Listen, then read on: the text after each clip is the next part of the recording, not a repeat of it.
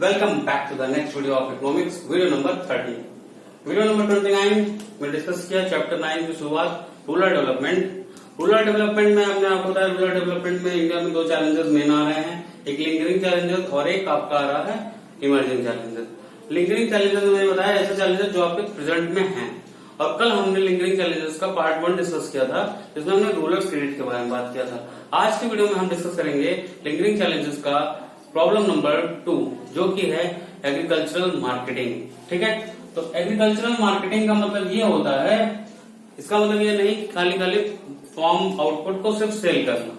ठीक, farm output को produce करने से लेकर यानी कि हार्वेस्टिंग से लेकर और सेलिंग तक के सारे प्रोसेस को हम कहते हैं आपका agricultural marketing. Like gathering the produce after harvesting, यानी कि प्रोड्यूस जब प्रोडक्शन करने के बाद, क्रॉप प्रोडक्शन करने के बाद जो प्रोड्यूस को हम इकट्ठा करते हैं वो प्रोसेस, वो भी हमारे एग्रीकल्चर मार्केटिंग का पार्ट है।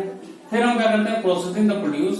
ठीक, हम प्रोसेस करते हैं, लाइक जैसे हमने राइस पैडी का वो किया, कट किया, उसको हार्वेस्ट किया, तो उसको अलग करना पड़ता है। उसमें कुछ फालतू की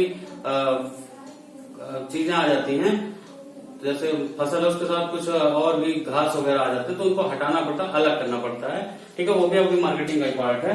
ठीक है, फिर grading the produce according to the its quality. फिर हम क्वालिटी वाइज, जैसे मान लिया हमने पैडी का यानी कि धान का प्रोडक्शन किया, तो किस तरह के धान उनको अलग अलग क्वालिटी करते हैं, अच्छा वाला, खराब वाला और खराब वाला और अच्छा वाला, इस टाइप उनकी क्वालिटी में उनको अलग अलग करते हैं। फिर है packaging the produce according to buyers preference, buyer के खरीदने के हिसाब से हम पैकेजिंग करते हैं। ठीक, और फिर करते हैं storing the produce for future cell, और फिर उसको गोडाउन में रखते हैं कि फ्यूचर में हम सेल करेंगे। और जब हमें एक अच्छा प्रोड्यूस, एक हमें अच्छा रेट मिलता है, एक अच्छी प्राइस मिलती है, तो हम सेल करते हैं। तो ये इतने प्रोसेस के तहत हम समझ सकते हैं एग्रीकल्चर मार्केटिंग।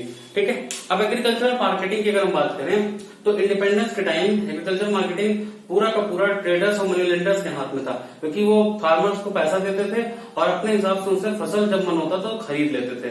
ठीक है, यानी कि मार्केटिंग को कंट्रोल कौन करता था उस टाइम? Money lenders. तो 1951 में जब कंट्री का इंडिपेंडेंस के बाद कंट्री ने देखा कि यार ये सिस्टम तो बड़ा गड़बड़ है, देश में फार्मर्स के साथ बड़ा इनजस्टिस हो रहा था, तो इसलिए गवर्नमेंट ने इस चैलेंजेस को दूर करने के लिए कुछ मेजरमेंट लिए हैं। तो आइए हम उन मेजरमेंट के बारे में बात करते हैं जो गवर्नमेंट ने मेजरमेंट लिए हैं मार्केटिंग सिस्टम को इम्प्रूव करने के लिए। ठीक है, तो पहला है रेगुलेटेड मार्केट्स। ठीक है, रेगुलेटेड मार्केट्स का मतलब एक ऐसा मार्केट जिसमें गवर्नमेंट, ट्रेडर्स और फार्मर्स तीनों के अपने एक ज्वाइंट कमिटी होगी जो सारे तरीके से फार्मर्स के हितों की रक्षा करेगी, यानी कि सारी ट्रांसपेरेंसी होगी, कोई गड़बड़ नहीं होने पाएगा, और गवर्नमेंट के कंट्रोल में होगी, गवर्नमेंट के एजेंट्स होंगे। ठीक है, जो फार्मर्स और ट्रेडर्स के बीच में एक अच्छा रिलेशन बिल्डअप करने की कोशिश करेंगे और फार्मर्स को उनका हक दिलाएंगे। एक ऐसी मार्केट बनाई गई गवर्नमेंट के द्वारा जिसको कहा जाता है रेगुलेटेड मार्केट्स। फिर हमारा आता है कोऑपरेटिव एग्रीकल्चरल मार्केटिंग सोसाइटी।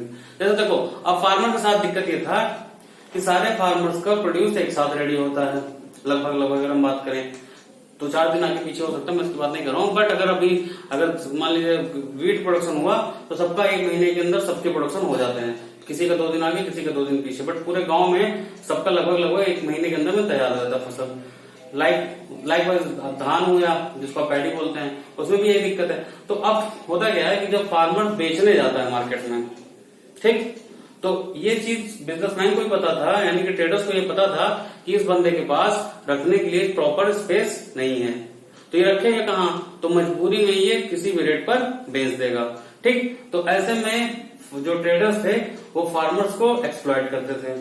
तो अब फार्मर्स ने क्या कर लिया, एक अपना मिलकर मार्केटिंग सोसाइटी बना लिया, यानी कि अब ये हो गए 10 हो गए, तो फिर ये अपनी बात अब बड़ी कन्विंसिंगली कहते हैं ट्रेडर से, चाहे वो बेचने की बारी हो, ऐसे ही रॉ मटेरियल लाने के टाइम, सीड्स वगैरह लाने के टाइम। अब एक आदमी अगर मान लीजिए एक फार्मर 10 किलोग्राम ऑफ राई वो लेने गया है फर्टिलाइजर, तो उसको महंगा मिलेगा। बट अगर वो ग्रुप बनाकर 100 लोग जाएंगे और 1000 किलोग्राम सीड्स लेंगे, उनको सस्ते में मिल जाएगा। तो ये उन्होंने आपस में मिलकर एक मार्केटिंग सोसाइटीज स्टैब्लिश कर ली है, जिसके थ्रू वो रॉ मटेरियल्स खरीद लाने का काम और फार्म आउटपुट को बेचने का काम करते हैं, और कभी जरूरत पड़ने पर एक दूसरे का क्रेडिट प्रोवाइड भी करते हैं।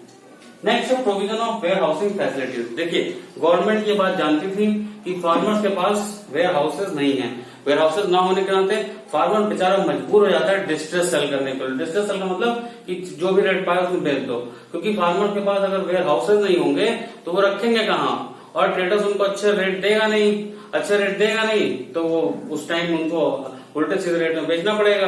तो गवर्नमेंट ने क्या किया, हर गांव में, ठीक है, हर गांव में गवर्नमेंट ने वेयर हाउसिंग फैसिलिटी बना दी है, चाहे नॉमिनल सा आपको पैसे जमा करके अपने क्रॉप्स को फार्मर्स सिक्योर कर लेता है, और जब अच्छे रेट में है तो वहां से निकाल कर और ले जाके मार्केट में सेल कर सकता है। तो ये कुछ गवर्नमेंट द्वारा इनिशिएटिव्स लिए गए। नेक्स्ट है सब्सिडाइज्ड ट्रांसपोर्ट। सब्सिडाइज्ड ट्रांसपोर्ट का मतलब, अब देखो फार्मर्स का जो आउटपुट है, मान लीजिए व्हीट है या राइस है, ये गांव में कम रेट मिलेगा क्योंकि सबके प्रोड्यूस हुए हैं, तो वहां पर रेट कम होगा क्योंकि सप्लाई ज्यादा है, डिमांड कम है, तो प्राइस डाउन हो जाएगी, नॉर्मल सी बात है। तो उसको कहाँ बेचा जाए? अब देखो अर्बन एरियाज में अगर बात की जाए, अर्बन एरिया में अगर बेचा जाए तो अर्बन एरिया में तो ना तो व्हीट को प्रोड्यूस करना ना राइस, तो अर्बन एरिया में रेट ज्यादा होता है कहीं ना कहीं रूरल एरिया की तुलना में। लेकिन अब अगर विलेज से अर्बन एरिया में लाया जाएगा तो ट्रांसपोर्ट क्या हो जाएगा, महंगा कर देगा प्राइस को। तो उस ट्रांसपोर्ट को महंगा ना होने के नाते गवर्नमेंट ने रेलवे में सब्सिडाइज्ड रेट पर, यानी कि जो ट्रांसपोर्ट का खर्चा आता है उसका कुछ खर्चा गवर्नमेंट बियर कर लेती है कि आप लोग अपना प्रोड्यूस शहर में पहुंचाइए और वहां बेचिए, ठीक है। तो गवर्नमेंट द्वारा ये फैसिलिटी प्रोवाइड किया गया है, सब्सिडाइज्ड ट्रांसपोर्ट। चीजें क्लियर ना हो तो आप कमेंट बॉक्स में जरूर पूछेगा। नेक्स्ट है डिसएमिनेशन ऑफ इंफॉर्मेशन। इसका क्या मतलब हुआ? देखो गवर्नमेंट ने कहा, देखो भैया फार्मर्स के साथ दिक्कत ये है कि उनके पास इंफॉर्मेशन नहीं पहुंच पाती। गवर्नमेंट की स्कीम है, अच्छी स्कीम आती है, लेकिन फार्मर्स तक ये बात नहीं आ पाती है। तो गवर्नमेंट ने क्या किया है, प्रिंट मीडिया, ठीक है, और सोशल मीडिया नहीं कह सकते, प्रिंट मीडिया, इलेक्ट्रॉनिक मीडिया आदि के माध्यम से तमाम ऐसे चैनल्स प्रोवाइड किए जिसके थ्रू वो फार्मर्स को उनके रिलेटेड इंफॉर्मेशन देते हैं, प्राइस से रिलेटेड, फर्टिलाइजर से रिलेटेड, आउटपुट सेल करने से रिलेटेड तमाम इंफॉर्मेशन देते हैं। आप देखे होंगे आपके रेडियो पे भी एक आध चैनल आते हैं, किसान कृषि FM करके होगा, या आपके टीवी पे देखे तो किसानों के लिए एक आध चैनल आता होगा, देखा होगा आपने ध्यान से। तो तमाम कृषि हेल्पलाइन बनाई गई है जिसके थ्रू फार्मर्स अपनी समस्याएं एक हेल्पलाइन के थ्रू गवर्नमेंट से पूछ सकता है, ठीक है। तो ये गवर्नमेंट द्वारा कुछ इन्फॉर्मेशन शेयर करने के लिए व्यवस्था बनाया गया। सबसे इम्पोर्टेंट जो फैसला लिया गया है, जो सबसे इम्पोर्टेंट मेजरमेंट गवर्नमेंट द्वारा लिया गया है, वो है MSP पॉलिसी। MSP पॉलिसी क्या होती है? अब ध्यान समझो क्या है minimum supporting price. Minimum supporting price का मतलब यह है कि अगर गवर्नमेंट ये इंश्योर कर देती है, ठीक है, कि भैया अगर आपके आउटपुट को कोई नहीं खरीदेगा तो हम मिनिमम इतने प्राइस में खरीदेंगे। मतलब मान लीजिए गवर्नमेंट ने कहा कि वीट का minimum supporting price 18 rupees per kilogram है। तो इसका मतलब ये हुआ कि फार्मर अगर इससे ऊपर बेच पाए तो बेचे, अगर नहीं बेच पाता है तो इससे में तो गवर्नमेंट खरीद लेगी उससे, ठीक है, और इससे कम में बेचना इलीगल माना जाएगा। यानी कि फार्मर्स के इनकम को रेगुलेट करने के लिए गवर्नमेंट MSP पॉलिसी चलाती है, ठीक है। तो ये कुछ मेजरमेंट है जिनके थ्रू हम समझ सकते हैं कि गवर्नमेंट ने किस तरीके से एग्रीकल्चर मार्केटिंग को एक अनऑर्गेनाइज तरीके से ऑर्गेनाइज किया, और इसका काफी बेनिफिट हमारे फार्मर्स को मिला।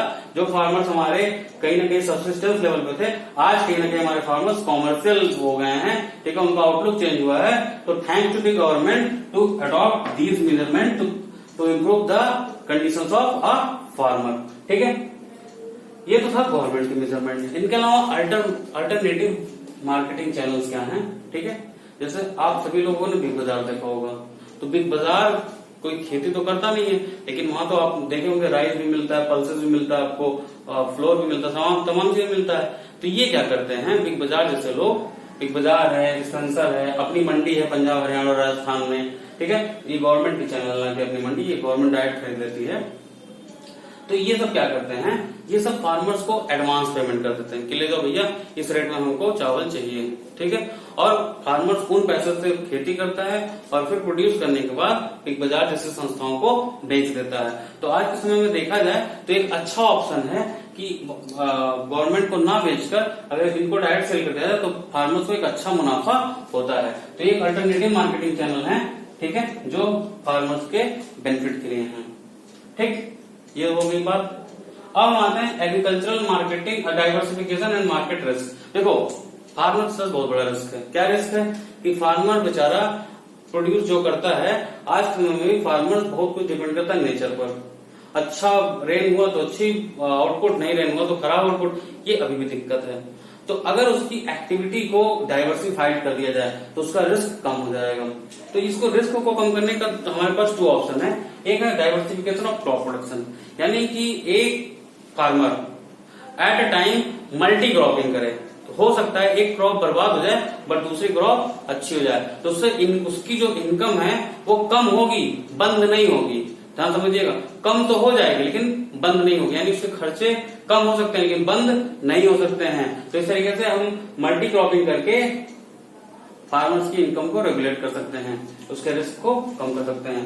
दूसरा है डाइवर्सिफिकेशन ऑफ प्रोडक्शन एक्टिविटीज, ठीक है। बहुत सारे प्रोड्यूसर फार्मर्स को साथ ये मतलब जब अगर वो कृषि के साथ कुछ और करना चाहते हैं, लाइक एनिमल हस्बेंड्री, ठीक है, या पशुपालन कर लें इस टाइप से, या कोई ऐसा, हाँ आप बेसिकली पशुपालन समझ लीजिए कि अब खेती के साथ वो पशुपालन भी करते रहे, तो इससे क्या होगा कि उनका एक इनकम जो है वो थोड़ा बहुत रेगुलर रहेगा। अगर फसल थोड़ी बहुत खराब भी हो गई तो पशुपालन से उनका खर्चा समझ जाएगा। तो इस तरीके से मार्केट रिस्क को कम किया जा सकता है, ठीक। आई होप ये सारी चीजें क्लियर हुई होंगी, आई होप आपकी ये सारी चीजें क्लियर हो गई होंगी, ठीक है। नेक्स्ट वीडियो में हम लिंकरिंग चैलेंजेस खत्म कर चुके होंगे और हम पढ़ेंगे emerging challenges of rural development of India, ठीक है। तो आज के वीडियो में यही बाइंड अप कर रहा हूँ, ठीक। इसी के साथ आपसे फिर एक रिक्वेस्ट है कि चैनल को लाइक करिए, सॉरी वीडियो को लाइक करिए, चैनल को सब्सक्राइब करिए और अपने दोस्तों में शेयर करिए। मेरे साथ बोलिए जय हिंद।